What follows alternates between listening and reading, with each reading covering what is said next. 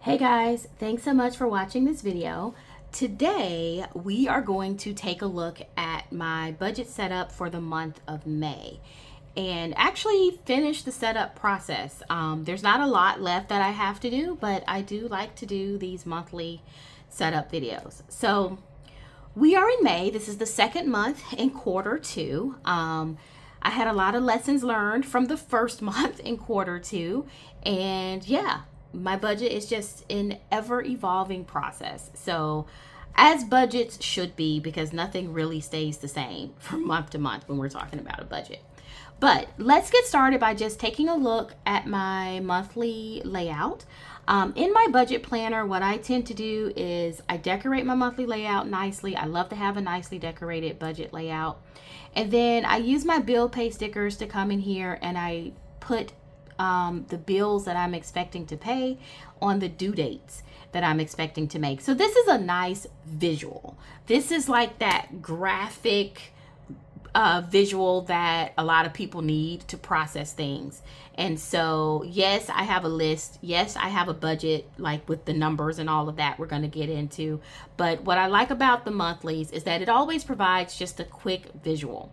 I tend to focus on simply the bills that I'm going to pay for that month, what my paydays are, and any transfers that I need to make into different accounts. That's all that I usually list here. I have many other planners that takes care of my daily activities. So it doesn't come on my budget monthly unless it is something that's directly related and impacting my budget. Now, after I do my monthly, I like to come in and I write down my goals for the month. I am using a combination of a Happy Planner Work Plus Life layout and my own inserts.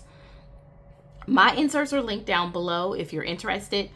And then this dashboard is from the Happy Planner Work Plus Life. So if you're interested in that, I will see if I can link this Work Plus Life planner. This one is the one from 2024. It's for 2025, but it went on sale in 2024. So I don't know if it's still available. When I bought it, it was on a really deep clearance. But if it's still available, I will link it for you. And this is just a dashboard. It gives you a chance to write down your to-dos, your focus for the month, and then what any goals are that you want to focus on. I purposely went to this layout because I need to do goals every month and my major financial actions every month. And so this has worked perfectly for me. I have some big purchases coming up. I have some wish list items coming up, and I have some things that I need to do. But yeah, and I love that it gives me a space to really decorate, because I don't decorate in my weeklies in my budget. So this is great. Some of the goals that I have to work on is I have some credit card pay downs I'm working on for this month. I've been working on it all year. I have to do some more organization to my financial plan for Q2 and Q3. So those are my goals for this month. Now I go to my next page, which I actually Franken-plan this. Like I told you, I use a Happy Planner Work Plus Life and then my own inserts. So these two pages are glued together so that I can cover up the back of that. And I just glue it on a notes page, and that's it. So this is where the Happy Planner Work Plus Life ends. The rest of this includes inserts that I've created. So my monthly budget, I have this here for May. I just put down all my bills, my expenses, any additional expenses that I am anticipating. One big change, which I've talked about this many, many times, is that my business expenses do still come out of my personal budget, but I don't itemize them anymore. I itemize them in my business budget. Out of my personal budget, I just put how much I'm transferring to my business expenses. So that way I keep my business expenses and my business income separate from personal, which is really important for tax reasons. So I'm very happy to have been able to start doing that in Q2. Even though I'm still funding my business, as you can tell, but still, that kind of doesn't matter. You need to keep those things separate as much as you can. Okay, so I have set up my cash flow. I had to use a lot of whiteout for my May cash flow just because, one, I am still getting used to transferring money in certain ways into my variable accounts, like my digital envelope systems. And then sometimes it's hard to pre-set up a budget, especially when you're getting used to some financial changes. And so that's kind of where I am. But the whiteout is great. A budget planner is not meant to be perfectly visually beautiful, in my opinion. It should be useful and functional for you, whatever that looks like for you. Now, if you want the perfect visuals and that helps you stay on your budget, please do it. But I like to, or I don't like to, but I need to use whiteout. I scratch out things. I change amounts. This is a workbook for me, really. So, yeah, it looks kind of rough with my cash flow for May, but that's okay. That is okay. It's going to work out. But yeah, so I have each week set up. That's what these cash flow pages do for me. It allows me to put when bills are coming out, and what my cash flow will be for that week, how much money is going to roll over from week to week. If I have questions for a week or I don't quite know what it's going to look like, I have no problems leaving it blank until I get closer to that week. The next page is actually my first week, so I'm not going to go over that because I do that weekly, but this is what the monthly setup looks like for May. There are a couple of things that I need to do for May. I am starting a few savings challenges because I have a few vacations coming up. I have a Memorial Day vacation coming up, which is the end of May. And then I have a vacation coming up in the summer, which is going to be the end of July. So I'm starting some savings challenges for those. I also have some household savings that I really need to focus on for May. So I want to go through how I set that up in my planner using a digital cash envelope system.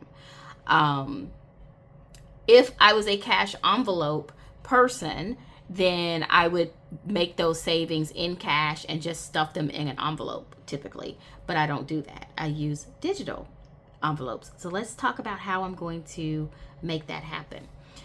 So I have 3 savings that I have to focus on for the month of May. Some are going to go past the month of May, but they're going to start in May.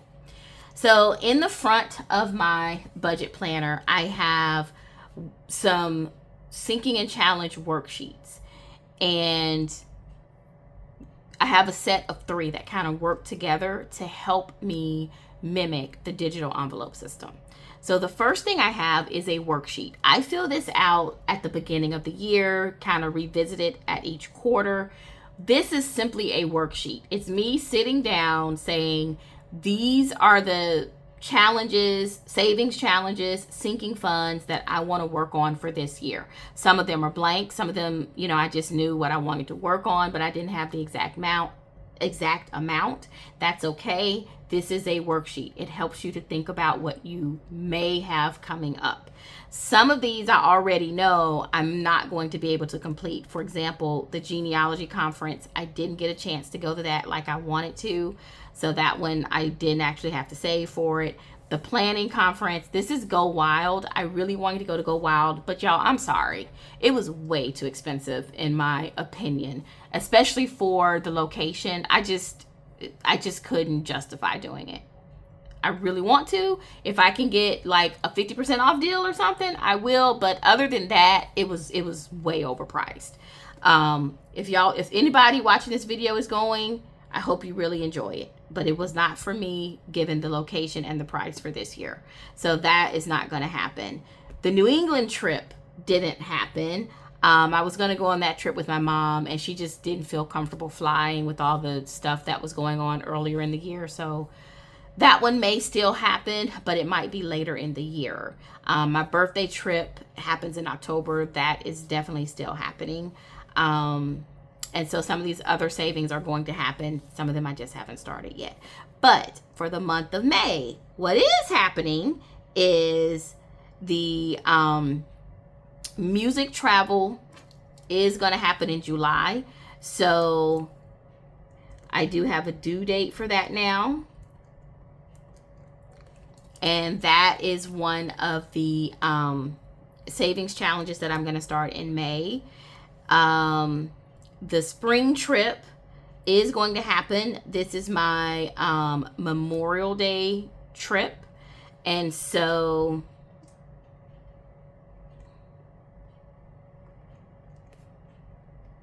this is now going to happen in May 2012. Almost a summer trip, guys. Almost a summer trip, but May is technically still spring. So these are the sinking and challenges that I'm going to work on for May. And I also have a household savings, and I'll show you how I'm going to represent that. But as far as the digital envelope system, the worksheet is where you plan. You may do this and you may not do some of these challenges. Now, the sinking and challenge envelopes, these are digital envelopes. Once you start a savings fund or a savings challenge or a sinkings fund, you list it here. Okay, so these are all of the challenges that I have started. Some of them I've completed, as you see. Others I haven't saved any money for. I just started those at the beginning of the year. Those are typically like bigger savings challenges, things like annual savings, emergency funds, and stuff like that. And then when I start a challenge, I list it here. So how does this work? This is pre-planning. I look at this at the annual. So when I first set up my budget planner, and then I check it every quarter and I add takeaway as needed. Once I actually start, I go to my sinking and challenge envelopes fund. So the way this would correlate to cash envelope is, this is the process of actually taking an envelope and writing on the side of it, music, travel, spring. Right? So this is setting up your envelope. This is planning for the year. This is setting up your envelope. And then I have a third page that we're going to go over that actually tracks the savings. So this is putting money in your envelope. Let me say that again. Planning for the year, all your challenges and worksheets that you plan to do. Once you start your savings challenge or sinking funds, this is creating your envelope, because you've started it, creating your envelope. This is putting money into your envelope. Right? I'm just doing all this digitally versus working with cash. So I am officially starting my spring trip. So this is going to start May 1st. And this is spring trip.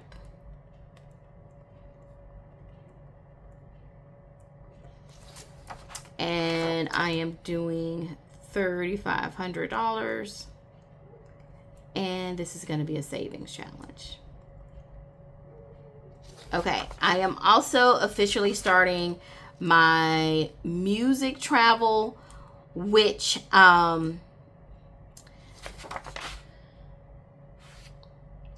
is a combination really of music travel and vacation.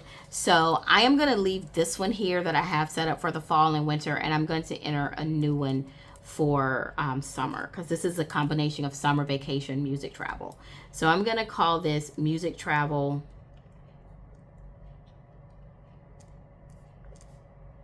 summer vacay. And this is going to be a savings challenge for $4,000.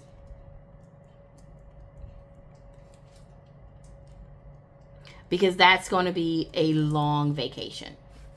A full week. I rarely take a full week vacation, but I'm going to hopefully go to several different places. Yeah, this is going to be my summer vacation right here.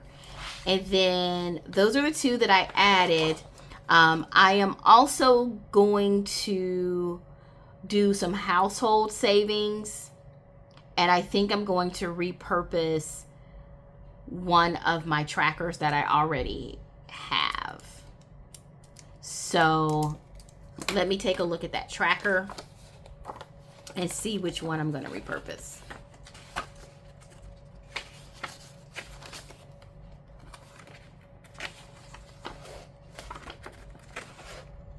Okay. I think I'm just going to repurpose the tracker. So I do need to put on here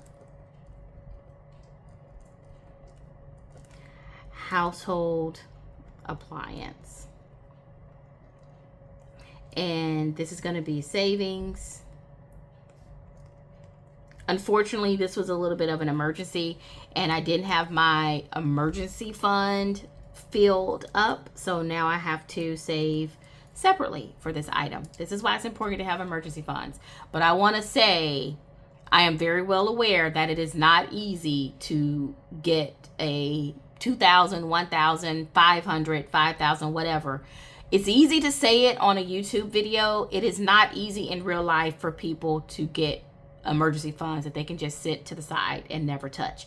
And so I never want to lose a sense of reality or get to the point where I'm just randomly talking about money and completely ignoring the challenges, the real challenges that we all have with money and income and savings and all of that stuff. So if anybody ever says, oh yeah, you definitely need a $5,000 emergency fund and I don't know why you don't have it, or they have that attitude about it, baby, change the channel. Okay, go to another YouTube channel or something, because you don't even want to pay attention to that person. It is not easy to get emergency funds. A lot of times you have to just save as you go. When an emergency comes up, you have to address it. Should you work toward having an emergency fund? Yes. Do not beat yourself up if you don't have a large emergency fund now. Just keep working on it. Keep building. And when you have an emergency, you have to adjust when it happens. That's what I'm having to do with my household appliance. We have to basically replace our water heater. We did a fix on it a couple of weeks ago, but it needs to be replaced no later than the middle of the summer. So it is what it is. Okay, so I have written down my new Sinking and Challenge envelopes that I'm creating. Now let's talk about how I'm going to create those, what those envelopes are going to look like. I use trackers to help me keep track of my challenges. This is a cash envelopes tracker. It is available in my inserts. I love it because it looks like a cash envelope, so I really like that. You see, at the beginning of the year, I knew that there were some appliances I needed to replace. And I should have put water heater on here, and I didn't. My mistake, because we've been patching on this water heater for a year, so should have done that. What I'm going to do, though, is repurpose this particular tracker and use this space for the water heater. Not so much because I'm not going to save for my fall music travel. I am, but I've been doing separate trackers for my vacation stuff. And this tracker already has like all household stuff. So I might as well just keep this tracker. All similar savings topics. So we are now going to do appliance.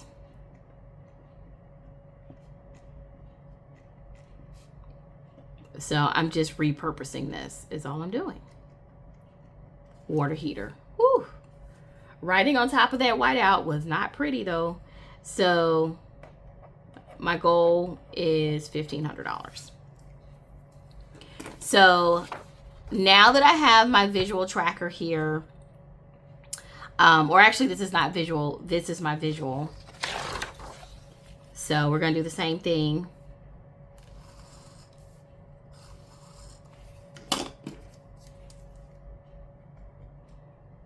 Water heater, $1,500. Okay, so this is my visual tracker, and this is going to be my account tracker. And when I start a challenge, I usually take those challenge pages and I put them in the month that I am currently working in my budget. So this is for the month of May.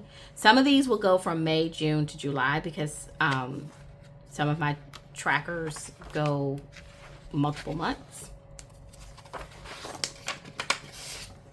And I just put it in the back. Okay, so now I have a place where I can come in, and whenever I make a deposit into my variable account, I can list it here. I also already have my vacation set up, so my Memorial Day vacation. Same premise. This is a tracker. It allows me just to keep track of when I'm making my savings deposits. And it's just a fun way to keep me on track. That's what a tracker is for. Yes, I can just make the list, but I do like to do something a little bit more than that to keep it engaging and entertaining.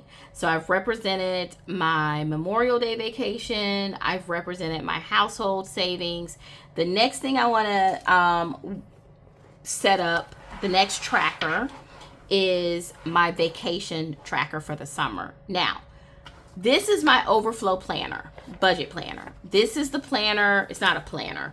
I just use this to store extra pages. This is where I store all my extra notes pages, my extra monthly pages. As you can see, when I get ready to set up my planner, I have these in here because I franken plan. So you need to keep track of the inserts that you'll put in for the upcoming months. I also keep my tracker pages in this planner because I have a lot of them in this insert. The inserts that are available, I have a lot of available trackers, and I don't want to keep these in my planner and I'm not using that tracker. So I just keep them in my overflow, and whenever I need to grab a specific tracker, I just reach in here and grab one. So I'm looking to see if I have a vacation savings challenge, which I do, which is right here. I want to use this one for my visual. You see, I have like my Christmas savings challenges. You know, it's April. Why would I need this in my planner right now? Am I doing a no spend challenge? No, I have my savings jar. And I think we are good to go. Okay, so we are good to go. So I just use this, like I said, to get an extra tracking page. So this is going to be my vacation savings tracker for my summer vacation. So we are starting May 1st. And I believe I said I'm going to save $4,000. So just let me flip back and double check how much. Yep, $4,000. So the goal is $4,000. I am planning to go on this trip the end of July. So we're going to do the end of this. I'm just going to go ahead and do July 31st. I think the trip is actually the week before, but that will work. And I've set this up. So I'm going to divide 4,000 by 16. And each of these briefcases or suitcases will equal $250. Okay, so keep in mind, this is a visual. So when I reach $250 in my savings account for the vacation, I'll come in and I'll color in one of these suitcases. That's how I use the visual. I do have a separate tracker, which I showed you in the front, where I actually keep track of the funds in that particular account. So this is how I use my planner in a digital cash envelope situation to keep track of savings challenges. Because let's be real, that's part of the fun with cash envelopes, right? Is having your envelope saving for a very specific thing, such as a vacation or an appliance purchase or whatever, and just being able to keep track of that totally separate from your other funds. You can do that in a digital system. You really can. You just have to kind of be organized and use your trackers in a certain way. And so hopefully this has been helpful. As I work through each quarter and each month, I am always looking for ways to make it more simple, to streamline this digital envelope system, because sometimes it gets a little convoluted. So it's kind of like a learn and grow type situation. I'm getting better at it. And I know for my 2026 budget planner, I have some changes in store. Just labels and titles to help it even be more simple than what it is now. But any feedback, any comments, any questions, please leave them below, because like I said, I am always working to improve the system and the worksheets. And so I'm not going to make any more changes for 2025, but I am keeping track of adjustments for 2026. So I hope this was helpful. I am excited about the month of May. I have a lot going on in May, and so I just am excited to see how that comes about. Thank you so much for watching this video. I hope you have a great time planning for the month of May.